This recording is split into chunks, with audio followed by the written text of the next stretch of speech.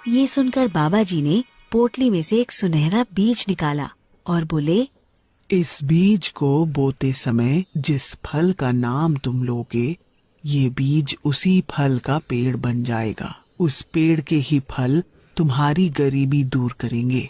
ये कहकर साधु अलख निरंजन बोलते हुए अपने रास्ते पर आगे बढ़ गए। शुभम भी उस बीज को लेकर गांव वापस आ गया।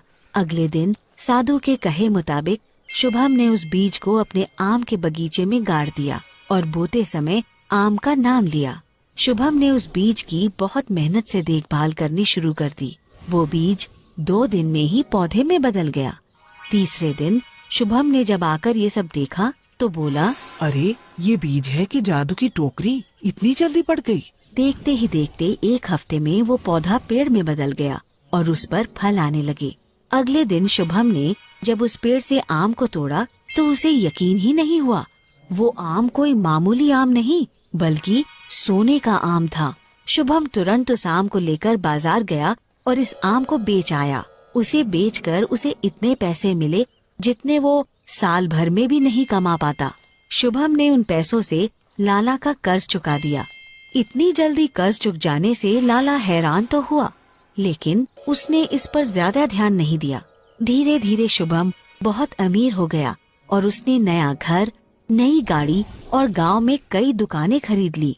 ये सब देखकर लाला जलन में फूंका जा रहा था। वो बोला, ये फकीर जो सड़क पर आने वाला था, इसके पास ऐसा कौन सा खजाना आ गया जो इतना हवा में उड़ रहा है?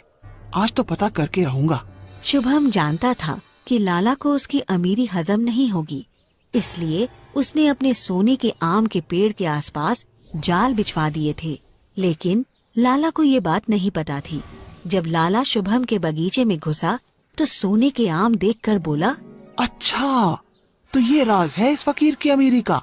अभी इसकी अमीरी निकालता हूँ। आज इसके सारे आम गायब कर दूंगा।